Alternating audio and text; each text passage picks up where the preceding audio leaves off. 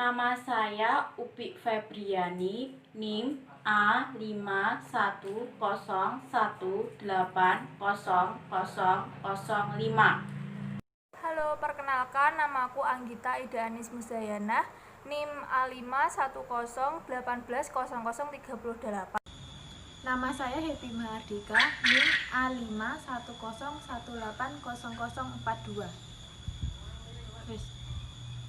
Saya Febrian Joni Putri, NIM A5101800043. Nama saya Irna Wulan Septiani, NIM A5101844.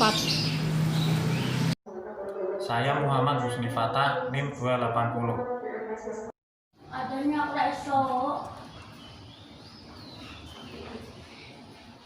Baik, assalamualaikum warahmatullahi wabarakatuh. Waalaikumsalam warahmatullahi wabarakatuh. Selamat pagi anak-anak. Pagi. Bagaimana kabarnya hari ini? Baik. Baik ya.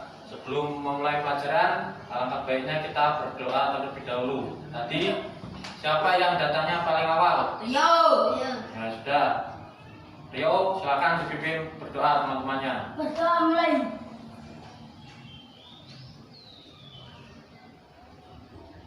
Ya. Baik. Sebelum kita memulai kegiatan pembelajaran, mari kita menyanyikan lagu Indonesia Raya terlebih dahulu. Yuk, semuanya berdiri.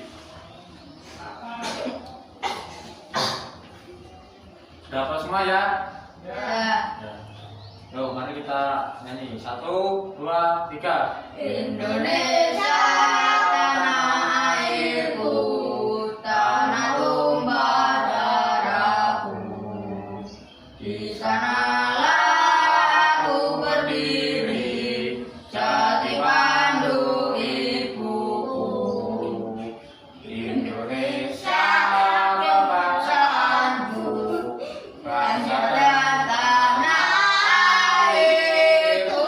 Marilah kita bersatu, Indonesia bersatu. Hiduplah tanahku, hiduplah negeriku, bangsaku, rakyatku semuanya. Bangunlah jiwanya, bangunlah badannya untuk Indonesia Raya. Indonesia Raya, merdeka, merdeka, tanahku, negeriku yang ku cinta. Indonesia Raya, merdeka, merdeka, hiduplah Indonesia Raya. Indonesia Raya, merdeka, merdeka, tanahku, negeriku yang ku cinta. Indonesia Raya, merdeka, merdeka, hiduplah Indonesia Raya. Baik, silakan kembali. Tangan. Selanjutnya kita baru saja menyanyikan lagu Indonesia Raya. Jadi sebagai warga negara Indonesia yang baik, alangkah baiknya kita memiliki jiwa nasionalisme yang tinggi, yaitu dengan hafal, salah satunya hafal lagu Indonesia Raya. Selanjutnya saya akan memeriksa kehadiran atau mempresensi. Siapa yang tidak berangkat? Bersama. Alhamdulillah. Semuanya hadir ya? Ya. Alhamdulillah kita semua masih diberi kesehatan oleh Allah Subhanahu wa taala sehingga kita dapat mengikuti pelajaran pada pagi hari ini. Selanjutnya sebelum kita mulai pelajaran ya, alangkah baiknya kita selalu menjaga kebersihan, terus merapikan baju atau seragam agar kita merasa nyaman untuk melakukan proses kegiatan pembelajaran. Ayo, bajunya yang belum rapi silakan dirapikan terlebih dahulu. Jika ada sampah di sekitar diambil, dibuang ke tempat sampah. Sudah rapi semua? Ya. Baik. pentingnya menjaga kebersihan ini agar kita semua disiplin dan ketika memulai pelajaran kita merasa nyaman sehingga materi yang disampaikan akan didapatkan. Itu ya. Baik, hari ini kita akan belajar tentang yang namanya keseimbangan lingkungan. Jadi di lingkungan ini dapat dibagi menjadi 3, yaitu dataran rendah, dataran tinggi, dan pantai. Untuk lebih jelasnya kita akan memasuki pada kegiatan inti. Baik. Apa yang kalian ketahui tentang pantai? Banyak airnya, Bu. Mas? Banyak ikan. Banyak ikan. Jadi gini ya, pantai itu adalah daerah yang berbatasan langsung dengan laut, gitu ya. Ya, bisa diulangi Mas. Pantai itu adalah Sebuah perbatasan antara daratan dan laut. Nah, itu juga bisa ya Mas. Terus pantai itu bukan hanya satu aja pantai, gitu kan bukan. Pantai itu ada berbagai macam. Yang pertama, pantai landai. Kalian tahu nggak pantai landai? Tidak. Oh tidak, ya udah. Pantai landai adalah permukaannya itu yang relatif datar. Jadi itu Nggak dalam ya, Bu? enggak, pantai itu bisa dibuat kayak rekreasi, tempat bermain gitu. Terus pantai curam. Pantai curam biasanya yang ada gunung-gunungnya gitu. Itu tidak boleh dibuat kayak berwisata gitu-gitu. Itu tidak boleh ya. Kenapa, Bu? Karena itu pantainya itu berbahaya sekali gitu. Terus pantai bertebing. Pantai bertebing ini sering dijumpai di laut yang dangkal, gitu ya. Terus pantai karang. Pantai karang itu sering dijumpai waktu pantainya itu ada kayak karang-karang, batu karangnya gitu. Kayak yang di gambar itu, Bu. Iya, ya ini contoh pantai ya. Gitu. Ini coba lihat ini. Di pantai itu ada apa aja, ayo? Ada Pohon kelapa, Bu. Ya, terus? nelayan, Ya, terus? Karang. dagang. Ya, pintar. Pedagang. Iya, pantai itu ada pedagang. Gitu ya. Siapa yang masih belum paham soal pantai? Silahkan bertanya. Tidak, Bu. Oh, tidak. Ya udah. Jadi anak-anak, saya lanjutkan materinya yaitu dataran tinggi. Apa sih dataran tinggi itu? Siapa yang tahu? Saya Coba Riko dulu, dataran tinggi itu apa sih? tempat yang tinggi. Bisa jadi kalau Mbak Gita Dataran yang paling tinggi banget. bisa jadi dataran tinggi itu emang dataran yang tinggi. Contohnya itu ada gunung, ada pegunungan. Contoh-contoh gunung yang di sekitar kita, misalnya gunung apa? Coba Mas Riko. Merapi. Benar, Mbak Gita? Merbabu, terus gunung. Selo.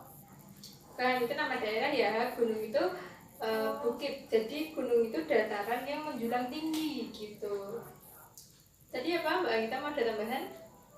Gunung Ungaran. Gunung Ya. Agung bisa nggak, Bu? Bisa, itu karena karena tinggi ya. Jadi dataran tinggi itu dataran yang terbentuk itu di atas beberapa puluh meter atau beberapa ratus meter di atas permukaan laut, seperti itu. Kalau ini contoh seperti gambar di sini itu dataran tinggi apa dataran rendah? Aku tahu. Dataran apa Mbak Gita? Itu dataran rendah. Benar, karena apa tahu nggak? Saya tahu. Kenapa? Karena ada airnya muncul dari bawah. Ya sebenarnya itu bisa jadi, tetapi alasannya kenapa? Karena ini adalah laut. Laut itu bagian rendah bumi. Jadi anak-anak, dataran tinggi itu misalnya ada dataran tinggi Dieng itu karena tempatnya itu tinggi. Tempatnya itu beberapa 110 atau 100 meter di atas permukaan air laut. Jadi ini laut. Kenapa ini bukan dataran tinggi? Karena sebagai patokan itu ya dataran rendah ya tadi ya. Iya. Gitu. Jadi walaupun di sini ada seperti bukit-bukit seperti ini sebenarnya bukan bukit ya, ini adalah karang. Tetapi ini bukan termasuk dataran tinggi seperti itu karena ini belum mencapai berpuluh atau beratus-ratus meter di atas permukaan laut. Seperti ini kan paling banyak paling 10 sampai 20 meter seperti itu kan. Gitu. Jadi ada yang mau ditanyakan? Ada. Saya bertanya, Mas Riko dulu, tadi Mas Riko yang mau bertanya apa? Apa bedanya daratan rendah dan daratan tinggi? Dataran ya, bukan daratan ya. Jadi perbedaannya itu, dan seperti yang tadi sudah Ibu jelaskan ya, dataran tinggi itu dataran yang dikelilingi oleh gunung, pegunungan seperti itu dan berada berpuluh-puluh atau ratus-ratus meter dari permukaan air laut. Sedangkan dataran rendah itu yang berada di sekitar laut. Sekian penjelasan dari Ibu. Ada yang mau bertanya lagi? saya Bu, Mbak Gita? kalau di gunung itu di dataran tinggi itu warganya itu berpencarian apa? Bermata pencarian apa? Iya. Biasanya di dataran tinggi itu kan tanahnya subur ya. Biasanya mereka menjadi petani atau peternak karena tumbuh-tumbuhan di sana itu dapat tumbuh dengan mudah dan subur. Lalu dapat untuk beternak karena untuk mendapatkan makanan ternak tersebut mudah seperti itu. Oh begitu. Ya, jadi sudah jelas ya. Ya. Terima kasih sudah mendengarkan. Nah, selanjutnya kita akan belajar tentang dataran rendah. Dek Riko tolong diperhatikan ya. Nah, dataran rendah itu ya dataran yang berada di ketinggian 200 meter sampai 300 meter di atas permukaan laut. Jadi kalau tingginya 200 sampai 300 itu masuknya ke dataran rendah. Tapi kalau lebih dari itu sudah masuk ke dataran tinggi. Nah, suhu di dataran rendah itu dingin apa panas? Panas. Nah, itu tuh biasanya derajatnya tuh ada di 23 derajat Celcius sampai 28 derajat Celcius. Selanjutnya kita akan belajar tentang mata pencaharian yang ada di dataran rendah. Biasanya pada bekerja apa yang ada di dataran rendah itu? Ya kamu guru bisa, tapi guru itu juga ada di dataran tinggi. Guru itu pekerjaan yang umum ya, bisa di segala tempat dataran tinggi dan rendah. Terus selanjutnya ada yang mau memberi contoh lagi enggak? Ya, kamu Riko. Nelayan. Ya, nelayan bisa. Itu kerjanya di laut, mencari ikan.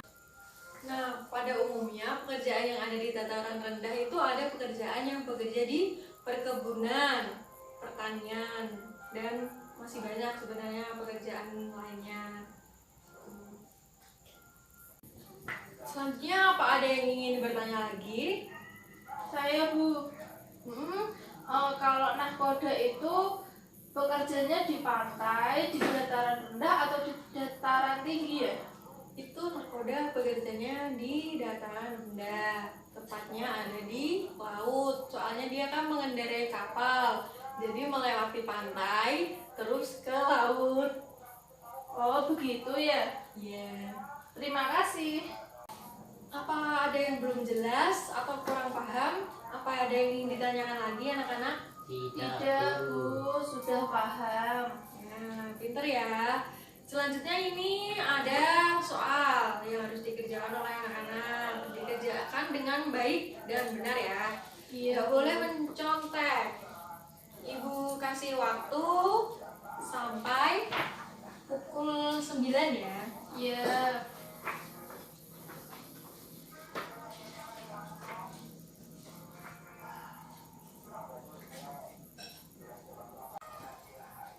Waktunya sudah habis ya anak-anak. Boleh dikumpulkan.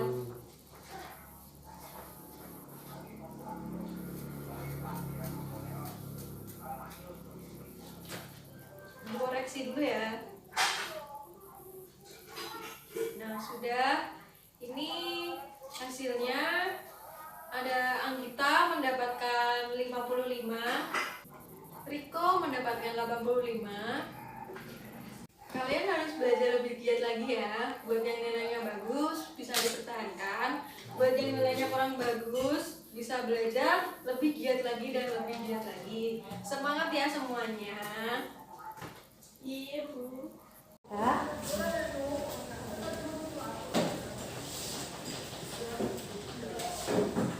Sebelum pelajaran ditutup, Ibu mau tanya apa yang kita pelajari hari ini? Tadi kita mempelajari tentang sejarah